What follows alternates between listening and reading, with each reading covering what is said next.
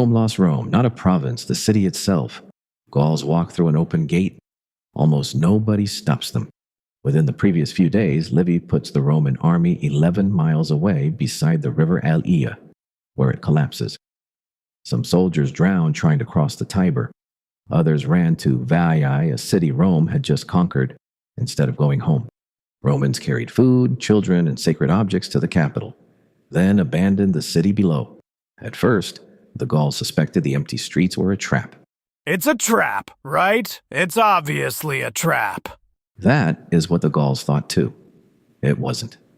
An enemy simply walked into Rome. And how Rome got them out has 4 different endings. One says Rome paid gold. One never mentions payment at all. Every version gives Rome a slightly better comeback. First, this is not Caesar's Rome. No emperors, no Mediterranean empire, no marble capital stuffed with triumphal arches. Rome is an aggressive city-state in central Italy, and it has just conquered one of its richest neighbors. Veii. That victory matters. Veii had resisted Rome for generations. Its capture brought territory, wealth, captives, and confidence. Within roughly a decade, the Gauls arrive after Rome has learned how glorious a captured city looks from the winning side. Rome with ambition, money, and no empire-shaped warranty. Even the year is an argument. Roman tradition says 390 BCE. Greek dating says 387 or 386. The catastrophe wrecked the records that would have dated the catastrophe. No exact year is secure. So this is Rome before Rome, and it lost the correct year too? Basically. But the city really did fall. It's the beautiful speeches, the perfect insults, the sacred birds, and the last-second heroics where certainty starts leaking. Gallic peoples had been settling in northern Italy for generations. Later sources identify the force in this story with the Senones near the Adriatic. Why this particular army moved south is uncertain. Later, Greeks and Romans describe land hunger, heat, wine, and wandering warrior bands. Those explanations tell us as much about Mediterranean stereotypes of Gauls as they do about one army's orders. Rome's preferred explanation begins at the Etruscan city of Clusium. In the traditional story, Clusium asks Rome for help against the Gauls. Rome sends 3 members of the powerful Fabian family as ambassadors. Their job is diplomacy. One of them joins the battle and kills a Gallic leader. Neutral observer kills participant. Extremely neutral. The Gauls demand that Rome hand over the envoys. Rome does not. According to the same tradition, the Romans elect all 3 of them to high office instead. Nothing calms an international incident like promoting the incident. 3 detailed accounts preserve this embarrassing Roman trigger. The earliest surviving continuous account, Polybius, does not mention it. But nobody invented the disaster itself. Plutarch says Aristotle had already heard a version of it, so keep the distinction clear. Gallic movement toward Rome is historical. The perfect just war origin story is tradition. Rome raises a force and moves north. Near the Allia and the Tiber, the sources disagree on the bank, the numbers, and exactly how the line was arranged. They agree on the useful part. Rome handles the battle badly. Livy and Diodorus reverse which troops hold the high ground. Different diagram, same failure point.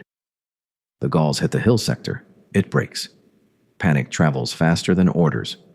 Once the men on the hill run, the soldiers below do not see a controlled withdrawal. They see the flank disappearing and an unfamiliar enemy coming down toward them. The battle's decisive mechanism is not a brilliant encirclement. It is a local failure turning into collective certainty that everyone else has already lost. Much of the Roman army runs before it seriously fights. Some flee toward Rome, others cross the Tiber and head to Veii. Diodorus describes heavy killing around the river. Livy insists many fled whole and largely unharmed. This is a rout, not a clean annihilation. Why Veii? Their families are in Rome. Because Veii offered defensible ground, and the soldiers thought Rome could not be held. The result is psychologically worse than a destroyed army. Rome does not know where its survivors are. The survivors do not know whether Rome still exists. The army has not vanished. It has stopped being an army. Rome now has days, or perhaps only a night and a day. The accounts disagree. Families flee toward neighboring communities. The city concentrates its remaining resistance on one hill and gives up the streets below. That choice saves a defensible core by abandoning everything that makes a city. Homes, workshops, markets, archives, shrines, and anyone who cannot reach the hill or the road in time. Later Roman storytelling adds one perfect image. Elderly former magistrates dress in ceremonial robes and wait in their houses like statues.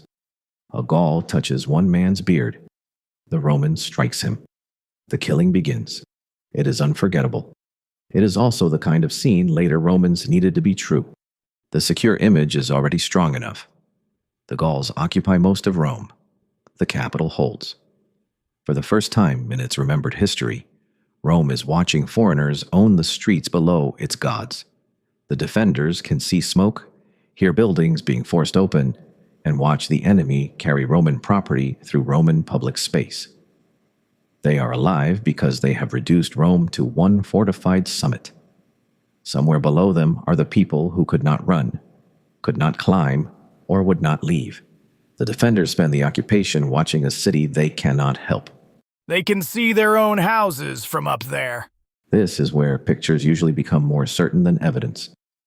Livy describes screams, falling houses, and flames, but also says the first fires were limited, perhaps to pressure the capital into surrender. Diodorus says houses were razed and most citizens killed. Same sack. Very different scale. The contradiction is not a reason to make the scene bloodless. Plunder, displacement, deaths, and serious damage belong to the secure disaster. What fails is the confident panoramic claim that every quarter became one synchronized wall of fire. Can't we just dig it up and count the ash? Not cleanly. Some syntheses argue the ground does not support the literary apocalypse. Other specialists reject the claim that there is no evidence for a Gallic fire. The honest line is simple: Rome was sacked. We cannot tell you what percentage burned. That's the honest version. The sources that give it a length give months, not days. Plutarch says 7, and P.O. Libius's Gauls later boast the same span. Modern specialists still argue whether this was an occupation or a long raid. In the detailed accounts, hunger, not tactics, opens the negotiation. The broader duration remains disputed. In the same later tradition, a single Roman messenger, Livy and Plutarch name him Pontius Cominius, slips through the lines, crosses the river, and climbs the Capitoline cliff to carry messages between the defenders and survivors at Veii. He succeeds. He also leaves a route. Gallic scouts notice the marks and attempt to climb at night. The guards hear nothing. The dogs hear nothing.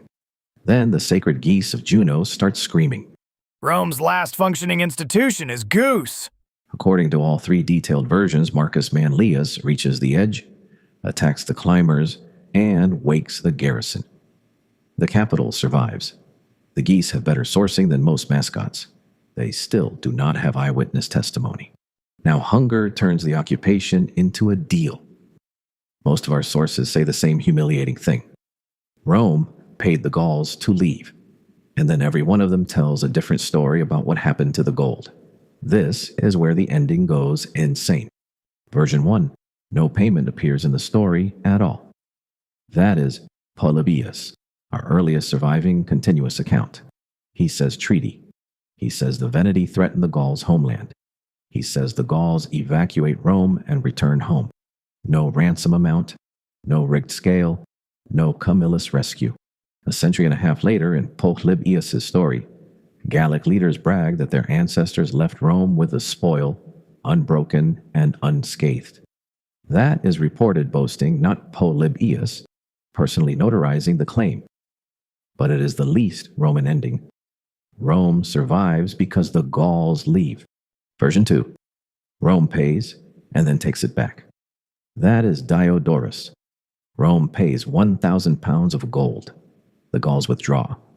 Then the dictator attacks the retreating Gauls and recovers the gold and booty. Rome paid, but later got the money back. Refund after conquest. Surprisingly generous policy. Version 3, Rome pays and somebody else takes it back. That is Strabo. Here, Rome's Etruscan allies at Kyrie ambush the Gauls in Sabine territory and recover what the Romans had willingly given them. Same gold, different rescuer. Version 4, Rome pays, and the payment never counts. Livy and Plutarch give us the premium ending. The Romans bring out the gold. The Gauls allegedly use dishonest weights. The Romans complain. Brennus, the leader named by these later sources, throws his sword onto the scale and says, "Why victis? Woe to the vanquished."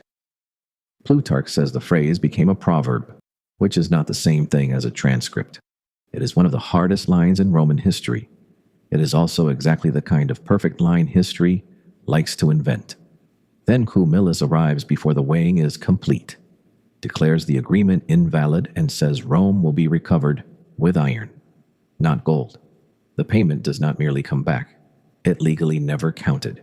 So Rome kept patching the ending until the invoice disappeared. Exactly. Polybius doesn't mention a payment. Rome pays, and Rome takes it back. Rome pays, and an ally takes it back. Rome pays, and the payment is void before the scale stops moving. Rome never hid the defeat. It kept upgrading the comeback. Rome rebuilds, quickly enough to remain a regional power, but not so magically that one defeat invents the empire overnight. In the short term, neighbors attack while Rome is weak. The city debates whether rebuilding in the ruins is even worth it. The literary tradition itself remembers disorder, emergency construction, and streets rebuilt without a clean plan. The sack did not hand Rome a wall, a new army, and a world empire in one patch. History is not a software update. What changes unmistakably is Roman memory. Polybius describes later generations panicking when Gallic armies move again. Rome mobilizes, stockpiles, and treats the threat as existential. The day of the Allia remains unlucky. The city comes back. The fear stays. Be honest, did anybody actually get the gold back, or are all four endings propaganda? We cannot know. Here is the floor, and it is humiliating enough. Rome's army broke, most of the city was occupied, the capital held, and a settlement ended the occupation.